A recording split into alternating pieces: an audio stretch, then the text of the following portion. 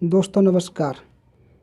अब हम 1833 के आगे के एक्टों के बारे में जानेंगे जिनकी शुरुआत अंग्रेजी शासन ने की और भारत की आज़ादी तक नए नए एक्ट बनाकर भारत को सुदृढ़ बनाने की कोशिश की गई।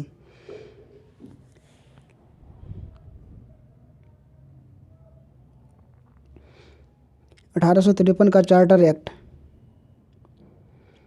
इस एक्ट के अंतर्गत भारतीय विधान तंत्र में अनेक महत्वपूर्ण परिवर्तन किए गए। गवर्नर जनरल की परिषद जो समूचे ब्रिटिश भारत के लिए विधियां बनाने के लिए सक्षम थी, इसे जारी रखा गया। विधायी कार्यों के लिए परिषद में 6 विशेष सदस्य जोड़कर इसका विस्तार कर दिया गया। इन सदस्यों को विधियां बनाने के लिए बुलाई गई बैठकों के अलावा परिषद में बैठने की तथा मतदान करने का अधिकार नहीं था। परिषद में governor general, commander in chief, Madras, Bombay, Kolkata और आगरा के स्थानीय शासन के 4 प्रतिनिधि समेत 12 सदस्य हो गई। परिषद के विधायक कार्यों को इस के कार्यपालक अधिकारों के से स्पष्ट रूप से अलग कर दिया गया था। 1858 का भारत शासन अधिनियम। भारत में अंग्रेजी शासन की मजबूती हो जाने के बाद 1857 का अंग्रेजी शासन का तख्ता पलट देने का पहला संगठित प्रयास था। इस विद्रोह ने जिसे अंततः दबा दिया गया। भारत में ईस्ट इंडिया कंपनी की व्यवस्था को घातक झटका लगा। ब्रिटिश संसद में कुछ ऐसे सिद्धांतों का विस्तार पूर्वक विचार विमर्श करने के बाद एक नई नीति का आधार होना चाहिए एक एक्ट पास किया गया। भारत के शासन को अच्छा बनाने वाला अधिनियम नाम से प्रसिद्ध इस कानून में ईस्ट इंडिया कंपनी के शासन को समाप्त कर दिया गया। शासन सीधे महारानी विक्टोरिया के अधीन चला गया और भारत का गवर्नर जनरल पद का नाम बदलकर भारत का वायसराय कर दिया गया, जो ब्रिटिश ताज का प्रतिनिधि बना। लॉर्ड कैनिंग पहले वायसराय थे।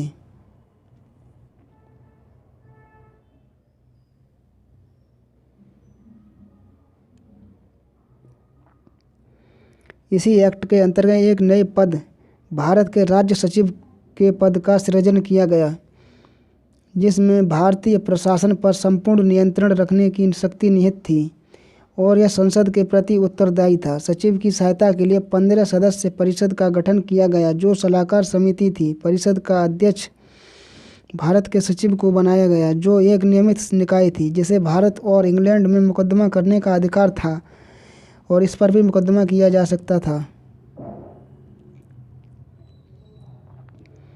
1861 का भारतीय परिषद एक्ट। 1861 का भारतीय परिषद एक्ट एक भारत के संविधान के इतिहास की महत्वपूर्ण घटना है।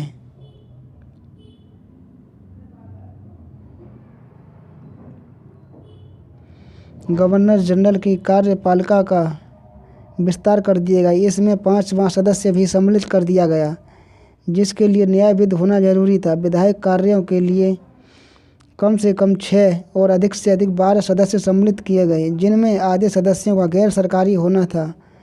1862 में गवर्नर जनरल लॉर्ड कैनिंग ने नवगठित विधान परिषद में 3 भारतीयों, पटियाला के महाराजा, बनारस के राजा सर दिनकर राव को नियुक्त किया गया। इस एक्ट में भारत में अंग्रेजी राज की शुरुआत के बाद पहली बार भारतीयों को विधायी कार्यों के साथ जोड़ा गया।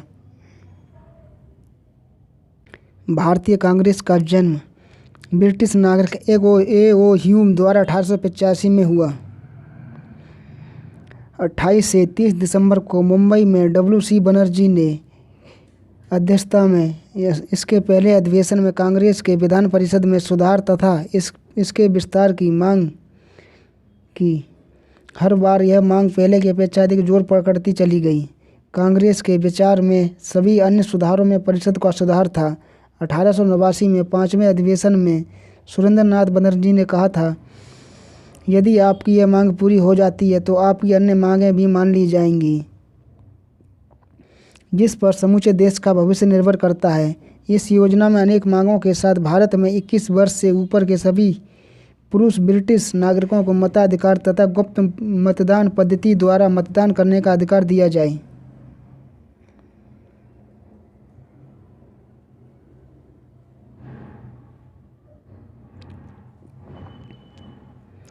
1892 का भारतीय परिषद एक्ट। इस परिषद एक्ट में राष्ट्रीय कांग्रेस के 1889 से 1851 तक के अधिवेशनों में स्वीकार किए गए प्रस्तावों से प्रभावित होकर पारित किया गया। गवर्नर जनरल परिषद में सदस्यों की संख्या बढ़ाकर कम से कम 10 और अधिक से अधिक 16 कर दी गई और प्रांतीय परिषदों की संख्या भी बढ़ा दी गई। परिषदों को उनके विधायी कार्यों के अलावा कुछ प्रतिबंधों के साथ वार्षिक वित्तीय विवरण तथा बजट पर बहस करने की इजाज़त भी दे दी गई तथा लोकहित मामलों के बारे में प्रश्न पूछने की इजाज़त भी मिल गई। इस 1892 के एक्ट द्वारा परिषद के कार्यों पर लगे प्रतिबंधों को कुछ हद तक शिथिल कर दिया गया। परिषद में निर्वाचित सदस्यों के प्रवेश से इसके नए जीवन में एक युग का नया सूत्रपात हो गया। स्वराज्य ही लक्ष्य। कांग्रेस की घोषणा 1906 में की। नरमपंथियों के अनुसार इसका अर्थ था अंग्रेजी साम्राज्य के अधीन संसदीय स्वशासन और अतिवादियों का अर्थ था स्वाधीनता। इसने विधान परिषदों के तुरंत विस्तार की मांग की ताकि जनता का और अधिक प्रभावी प्रतिनिधित्व हो सके और देश के विधायी तथा वित्तीय कार्यकारी प्रशासन पर नियंत्रण किया जा सके।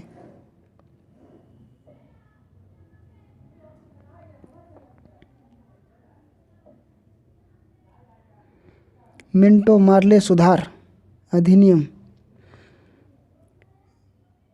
एक और राष्ट्रीय आंदोलन में गर्मपंथियों की शक्ति बढ़ती जा रही थी तो दूसरी ओर भारतीय राष्ट्रीय कांग्रेस में नरमपंथी लोग देश के कार्य संचालन में भारतीयों के और अधिक तथा प्रभावी प्रतिनिधित्व के लिए अभियान चला रहे थे। इसे देखते हुए तत्काल भारत सचिव लॉर्ड मार्ले तथा तत्कालीन वायसराय लॉर्ड मिंटो ने मिलकर 1906 और 1908 के दौरान कुछ संवैधानिक सुधार प्रस्ताव तैयार किए। इन्हें आमतौर पर मिंटो मार्ले सुधार प्रस्ताव कहा जाता है। इस प्रस्ताव में कहा गया कि पर विधान परिषदों का विस्तार किया जाए, उनकी शक्तियां और कार्यक्षेत्र को बढ़ाया जाए और परिषदों में भारतीय सदस्य की नियुक्ति की जाए। जहां पर ऐसी परिषद नहीं है वहां पर ऐसी परिषदें स्थापित की जाए और स्थानीय स्वशासन की प्रणाली का विकास किया जाए।